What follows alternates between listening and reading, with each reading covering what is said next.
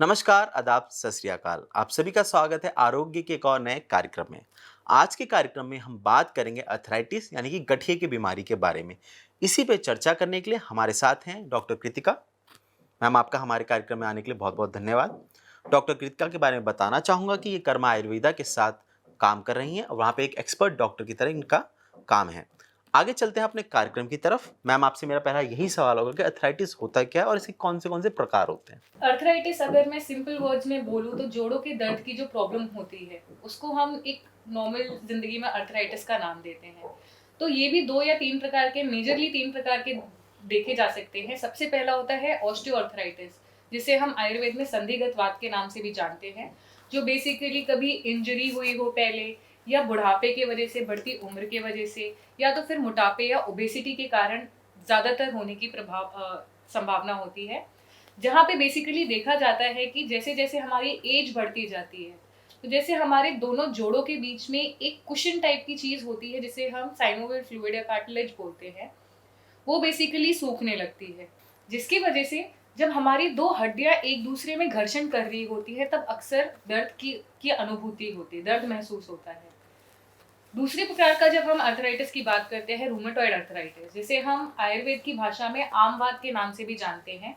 ये बेसिकली एक autoimmune disorder है, जिसकी वजह से क्या होता है कि हमारी जो ऑटो इम्यूनिटी है, वो हमारे नॉर्मल सेल्स और टिश्यू को वहाँ से डैमेज करके प्रभावित करने लगती है, जिस वजह से वहाँ पे इन्फ्लेमेशन मतलब सूजन आ जाती है हमारे साइनोवियल फ्लूइड के बीच में। तीसरे प्रकार का जो अर्थराइटिस है, हम उसे गाउटी अर्थराइटिस भी बोल सकते हैं, जहाँ पे बेसिकली हमारे जो पैरों का अंगूठा है, वहाँ पे यूरिक एसिड के क्रिस्टल्स जमा होने लगते हैं, जिसके वजह से बहुत ही अत्यधिक पीड़ा अचानक होने लगती है या तो फिर वहाँ पे लालिमा या गरम होने लगता है। मैम, आपने बड़े अच्छे से हमें बताया अर्थराइटिस क्या होता है, इसके टाइप्स क्या होते हैं। अब इन टाइप्स को इंसान अपने आप में किस तरीके से पता करे, इसके कौन-कौन से सिम्पटम्स होते हैं? मैम, आप ये बता सकते हैं थोड़ा? जैसे कि मैंने बताया, ऑस्टियोआर्थराइटिस बढ़ती उम्र के चलते होता है। तो इनके मेजर जो सिम्पटम्स ऑस्टियोआर्थराइटिस के होंगे वो बेसिकली ये होंगे कि हमारे लार्जर जॉइंट्स पे, मतलब जैसे हमारे घुटनों में, क्यों? क्योंकि हमारे पूरे शरीर का जो बोझ है वो हमारे घुटनों के जोड़ों पर जा रहा है। तो हमारे घुटनों के जोड़ों में रहने की पूरी संभावना है। ये एक साइड पर ज़्यादा और एक साइड पे कम हो सकता है या केवल एक साइड पर ही रह सकता है बॉडी के। इसके अलावा जब हम अपनी हथेलियों को अपने घुटने पर रखते हैं तब चट-चट की एक आवाज़ आती है।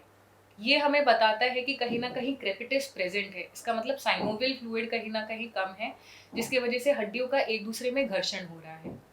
तीसरा, ये सुबह उठते ही अप्रॉक्सिमेटली 30 मिनट या उससे कम का दर्द महसूस करवाता होगा।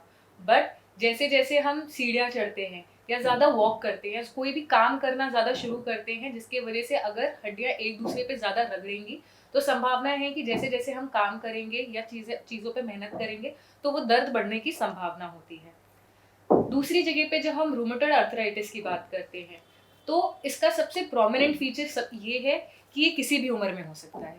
इसकी किसी कोई भी उम्र के लोगों को हो जी, सकता है ये? यूजुअली अगर हम देखते हैं तो 25 से 45 साल के लोगों में ये ज़्यादातर पाया जी, जाता जी। है। प्रभावी ज़्यादा है इनमें। जी, क्योंकि ये ऑटो इम्यूनिटी के कारण हुआ है। अब ऑटो इम्यूनिटी ये वो है जहाँ पे हमारी खुद की शरीर की इम्यूनिटी हमारे विपरीत जाके काम करने लग जाए। मतलब हमारा शरीर खुद से लड़ने लग जाए मैम, ऐसा भी कह हमारी सकते हैं? जो शरीर के सेल्स हैं जिनका काम हमारी रक्षा करना है, वो वहीं पे जाके डैमेज कर रहे हैं। ओके। अब ये किस प्रकार से होता है, मान के चले जो हम आहार ले रहे हैं, अगर वो ठीक से ना पचे, तो वो हमारे शरीर में जाके टॉक्सिन्स या आम टॉक्सिंग मतलब हम कह सकते हैं कि जहरीला पदार्थ बना सकता है। जो ठीक से ना पचा हो, ओके। अपच भोजन का रस। मतलब जैसे डाइजेशन सिस्टम अच्छे से ना हो तो। जब हमारा डाइजेशन ठीक से नहीं हो पाता है, तो हमारा आहार ठीक से पक नहीं पाता है, जिसका रस हमारे धातुओं को जाके पोषण नहीं दे पाता। ओके, तो जब वो रस हमारे स्त्रोतों में अवरोध कर लेता है जाके, तो वहाँ पे फिर हमारे जॉइंट्स के बीच में वो जाके वहाँ पे स्वेलिंग क्रिएट कर देता है, ओके, जिसकी वजह से वहाँ पे स्वेलिंग महसूस होगी आपको। उस जगह पे आपको थोड़ा हल्का लाल और गरम महसूस होगा। इसका दर्द जो है वो 30 मिनट से ज़्यादा रहता है सो के उठने के बाद में। इसके अलावा जो गाउटी अर्थराइटिस है, यूरिक एसिड, वो यूजुअली हमें बस अपने पैरों के अंगूठे में मिलेगा और ये दर्द एकदम अचानक होता है और केवल खाने-पीने की वजह से, दैट इज़ आहार और विहार के कारण ये चीज़ होती है, जहाँ पे हम बहुत ज़्यादा रेड मीट का सेवन कर रहे हैं या बहुत ज़्यादा अल्कोहल या स्मोकिंग इनटेक है। इन कारणों की वजह से गाउटी अर्थराइटिस की पूरी-पूरी संभावनाएँ रहती हैं। मैम ये आपने बहुत अच्छे तरीके से बताया कि किस तरीके से अर्थराइटिस होता है, उसके सिम्टम्स क्या हैं, ताकि लोग अपने आप में पहचान सकें। लास्ट में आपने खाने की बात करी थी, यहीं से एक सवाल लेना चाहूँगा कि कौन सी ऐसी चीज़ें हैं जो अर्थराइटिस पेशेंट को अपने खाने में इंक्लूड करनी चाहिए और बिल्कुल अवॉइड करना चाहिए? ये 2 चीज़ें आप बता दीजिए मैम। तो सबसे पहले जो हमें अवॉइड करना चाहिए वो बेसिकली तला भुना जंक फ्राइड फूड, और इसके अलावा ठंडा भोजन जो हम यूजुअली बनाते हैं फ्रिज में रख देते हैं, उसी को अगर हम 2 दिन तक खाना प्रेफर करें तो इन ऐसे भोजनों को हमें अवॉइड करना चाहिए। जो हमें अधिक तौर पर सेवन करना चाहिए अगर मैं सजेस्ट करूँ तो हमें हाई फाइबर डाइट जो कम कैलोरीज में हो, इन केस ऑफ जो लोग मोटे हैं उनके केस के लिए। इसके अलावा हम कैल्शियम, विटामिन डी सप्लीमेंट्स, ये सारी चीज़ों का सेवन, जितने भी बेरीज होते हैं, ऑरेंज हो गया, अंगूर हो गया, आंवला हो गया, इसका अधिक तौर पर सेवन करना चाहिए। शुंठी का सेवन काफ़ी अच्छा होता है, हरिद्रा का सेवन काफ़ी अच्छा होता है, जो एंटी इन्फ्लेमेटरी मानिए प्रॉपर्टीज रखता है, जो आपके दर्द को रिलीव करने के लिए प्रभावशाली रहेगा। मैम ये आपने बताया, इसी के साथ-साथ सवाल आता है कि फ्रूट, जो हमारे फल हैं, वो कौन से फल हैं जो हम ले सकते हैं? कई मिथ ऐसे भी है कि सिट्रिक फ्रूट जो होते हैं हमारे, जो खट्टे पदार्थ होते हैं, उनको अवॉइड करना चाहिए ऐसे फलों को। क्या ये सही बात है मैम? इस केस में जब लोग बोलते हैं कि हमें सिट्रिक फ्रूट अवॉइड करने चाहिए, उनका बेसिकली मिथ होता है इसमें कि एसिडिटी को बढ़ा देगा, इसका मतलब इन्फ्लेमेशन को कहीं ना कहीं वो बढ़ा देगा। बट अगर एक तौर पर देखा जाए तो सिट्रस फ्रूट बहुत ज़्यादा फायदेमंद है in case of arthritis and such problems, क्योंकि वो सबसे ज़्यादा इन्वॉल्व हैं विटामिन सी की मात्रा में। तो विटामिन सी के साथ साथ में उसमें काफ़ी एंटीऑक्सीडेंट्स और एंटी इन्फ्लेमेटरी प्रॉपर्टीज भी हैं, जो इन्फ्लेमेशन को कम करके स्वेलिंग को रिड्यूस करने में बहुत अच्छे साबित हो सकते हैं। मतलब उसको नहीं छोड़ना है, हमें लेना चाहिए जी अपने बिल्कुल फलों। लेना चाहिए। अब बात आती है जैसे अर्थराइटिस के पेशेंट हैं, गठिया के पेशेंट हैं, उनकी बॉडी में पेन रहता है, स्वेलिंग रहती है और स्टिफनेस रहती है, कड़ापन रहता है, उसको किस तरीके से रिड्यूस किया जा सकता है? अब देखा जाए तो पेन और स्वेलिंग दो अलग रीजंस की वजह से दोनों में होती है।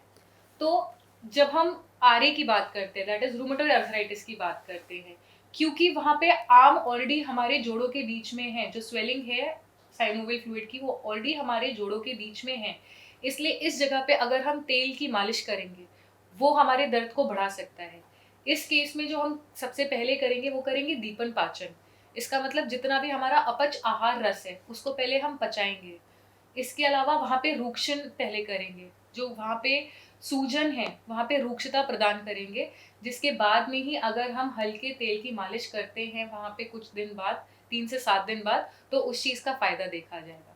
वही अगर हम ऑस्टियोआर्थराइटिस की बात करते हैं, क्योंकि वहाँ पे डीजनरेशन है और वहाँ पे साइनोवियल फ्लूइड ऑलमोस्ट खत्म हो चुका है जोड़ों के बीच में, वहाँ पे अगर हम गुनगुने तेल की मालिश करें तो वो हमारे पेन को रिलीव करने में एक बहुत बड़ा उपाय होगा।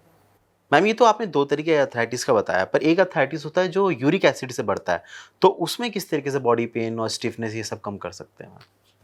उस केस में बेसिकली हम अपने यूरिक एसिड पर ज़्यादा ध्यान देंगे, अपने खाने पीने पर ज़्यादा ध्यान देंगे कि बहुत ही ज़्यादा एक्सेस में हमारा हाई प्रोटीन ना हो, या रेड मीट वगैरह का सेवन ना करें, या एक्सेस अल्कोहल का सेवन ना करें। इसके अलावा आयुर्वेद के तौर पर अगर देखा जाए तो रक्त मोक्षण, क्योंकि ये जो प्रॉब्लम आती है कहीं ना कहीं रक्त दुष्टि की वजह से आती है, हमारे शरीर में जो रक्त है वो दुष्ट हो चुका है, जिस वजह से ये प्रॉब्लम आ रही है, तो हम रक्त दुष्टि पर काम करके एक रक्त मोक्षण बहुत अच्छा उपाय है आयुर्वेद में, जहाँ पे हम इस पे अच्छे से काम कर सकते हैं। मैम ये तो आपने ये सब बताया, एक बहुत ज़्यादा सवाल हमारे पास आता है, हमारे कमेंट बॉक्स में भी आता है कि क्या बच्चों को भी अर्थराइटिस हो सकता है? क्या गठिया की बीमारी बच्चों में भी पाई जा सकती है? जी, कुछ केसेस में बच्चों में भी ये देखा जाता है, जिसे हम जुवेनाइल अर्थराइटिस भी बोलते हैं, और कहीं ना कहीं ये भी ऑटो इम्यूनिटी के कारण ही देखा जा सकता है एक बार को। बट ऐसे केसेस कंपैरेटिवली बहुत कम होते हैं अगर हम देखें कि अर्थराइटिस मेजरली आपको ऑस्टियो या रूमेटॉइड में ही मिलेंगे, जिनका एज क्लासिफिकेशन ऑलमोस्ट एक बार को क्लियर हो जाता है अपार्ट फ्रॉम इन्वेस्टिगेशंस अगर हम देखें तो। मैम ये तो आपने बहुत अच्छे से हमें सारा डिटेल बता दिया अर्थराइटिस या गठिया की बीमारी के बारे में। जैसे कि आप कर्मा आयुर्वेदा से बिलॉन्ग करते हैं, आयुर्वेदिक संस्थान है, आप आयुर्वेदिक डॉक्टर खुद भी हैं, तो आयुर्वेदा में किस तरीके से हम इलाज करते हैं अर्थराइटिस यानी गठिया का मैम? इसके बारे में थोड़ा आप बता सकें? तो जहाँ पे हम एलोपैथी में जब देखें तो हम यूजुअली पेन किलर्स पे ज़्यादा निर्भर रहते होते हैं, क्योंकि लाइन ऑफ ट्रीटमेंट अर्थराइटिस में सबसे प्रोमिनेंट सिम्टम ही ये है कि पेन होने वाला है, तो वहाँ पे हम पेन रिलीविंग मेडिकेशंस का यूज़ करते हैं या ऑइंटमेंट्स या स्प्रेस का यूज़ करते हैं, जिससे कम से कम वहाँ पे एनाल्जेसिक इफेक्ट की वजह से पेन की अनुभूति ना हो। बट क्या हम वाकई उस पेन पर काम कर रहे हैं जिस वजह से वो पेन हो रहा है? सो हम कर्मा आयुर्वेदा में इसी रूट कॉज पर काम कर रहे होते हैं। जैसे ऑस्टियोआर्थराइटिस के केसेस में वहाँ पे साइनोविल फ्लूइड कम हो चुका है, वहाँ पे हम बल्य देते हैं या वात शमन करते हैं। पेन होने का रीज़न जो है, जो डीजेनरेटिव चेंजेस है, उस पर काम करते हैं हमारी मेडिकेशन और पंचकर्मा थेरेपीज के साथ में। इसके अलावा in case of rheumatoid arthritis हम वहाँ पे एक बार को दोषों को शमन करने के बाद, जो हमारा आम होता है उसको पचाने के बाद, फिर उसकी ट्रीटमेंट पंचकर्मा में लेके आते हैं, ताकि हमें लॉन्ग टर्म पे हमारी जो इम्यूनिटी हमारे अगेंस्ट जा चुकी है हम उसे अपने फेवर में अलाइन कर सके, ताकि लॉन्गर पेस पे इस प्रॉब्लम से हमें एक बार को रिलीफ मिल पाए। मतलब पंचकर्मा थेरेपी से हम बॉडी को डिटॉक्स करके सारे जो तत्व है उसको बाहर निकाल लेते हैं। जी बिल्कुल, जिसकी वजह से हमारा आम पाचन होता है और उस हिसाब से फिर हम अपने जो जोड़े हैं उनको बल्य और रसायन कर्म से पुष्टि दे सकते हैं। मैम, आपने बहुत अच्छे तरीके से हमारे सारे सवालों का जवाब दिया। हमारे कार्यक्रम में आने के लिए आपका बहुत बहुत धन्यवाद। इसी के साथ मैं आप सबसे कहना चाहूँगा, अगर आपको अर्थराइटिस यानी गठिया की बीमारी है, अगर आप उससे पीड़ित हैं, अगर बहुत समय से आप गठिया से पीड़ित हैं, तो आप इसका उपचार पा सकते हैं, आयुर्वेदिक उपचार पा सकते हैं, 100% नेचुरल उपचार पा सकते हैं। इसके लिए आपको नीचे दिए गए नंबर पर संपर्क करना पड़ेगा। कर्मा आयुर्वेदा के expert doctor, dietitian, yoga expert मिलकर आपका ख्याल रखेंगे और आपको स्वस्थ और हष्ट पुष्ट बनाएंगे। आज के कार्यक्रम में इतना ही। मैं आप सभी से इजाजत चाहता हूँ। तब तक के लिए नमस्कार।